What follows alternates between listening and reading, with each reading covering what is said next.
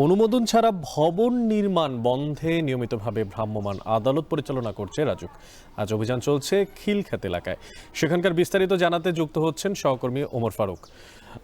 ওমর, আজকের অভিযানে এখন পর্যন্ত অনুমোদনহীন নকশায় করা কোনো ভবন চিহ্নিত করা সম্ভব হয়েছে কিনা, কি দেখছেন অভিযানের সেখানে সবশেষ?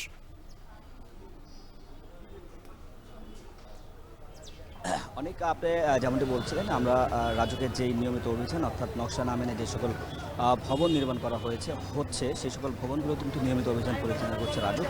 এরই অংশ হিসাবে আজকে রাজধানীর খিলক্ষেত নামাপাড়া এলাকায় অভিযান পরিচালনা করছে রাজুক। আমরা কিছুক্ষণ আগে দেখেছি একটি ভবনে, অর্থাৎ আমরা যেই ভবনটির সামনে দাঁড়িয়ে আছি সেটিতে আসলে ভবনের নকশার বাইরে যে সকল অংশ নির্মাণ করা হয়েছে সেই সকল অংশ কিন্তু কিছুক্ষণ আগে এক্সকাভেটর দিয়ে আসলে সেটিকে ঘুরিয়ে দেওয়া হয়েছে, অর্থাৎ উচ্ছেদ করা হয়েছে।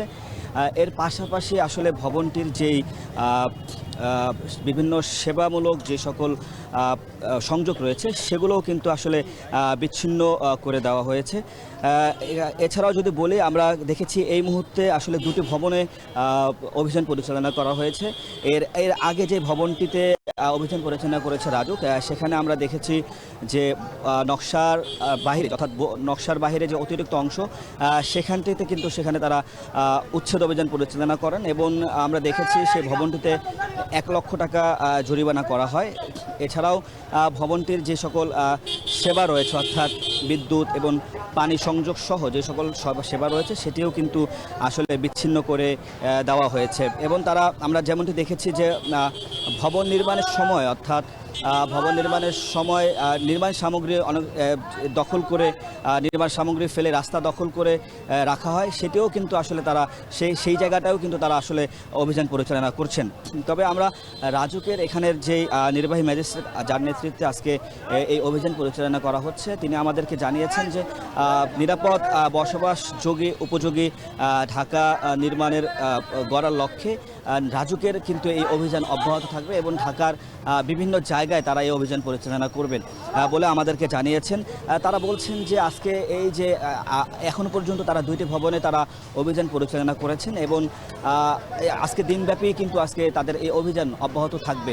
এবং আমরা যেমন দেখেছি, অর্থাৎ যে সকল ভবনগুলোতে নকশা বহির্ভূত অংশ নির্মাণ করা হয়েছে সেই সকল ভবনগুলোতে তো অভিযান পরিচালনা করছেন এবং পাশাপাশি অতিরিক্ত অংশ উচ্ছেদের পাশাপাশি তারা যেটি করছেন যে সতর্কতার চিহ্ন তারা দিয়ে দিচ্ছেন।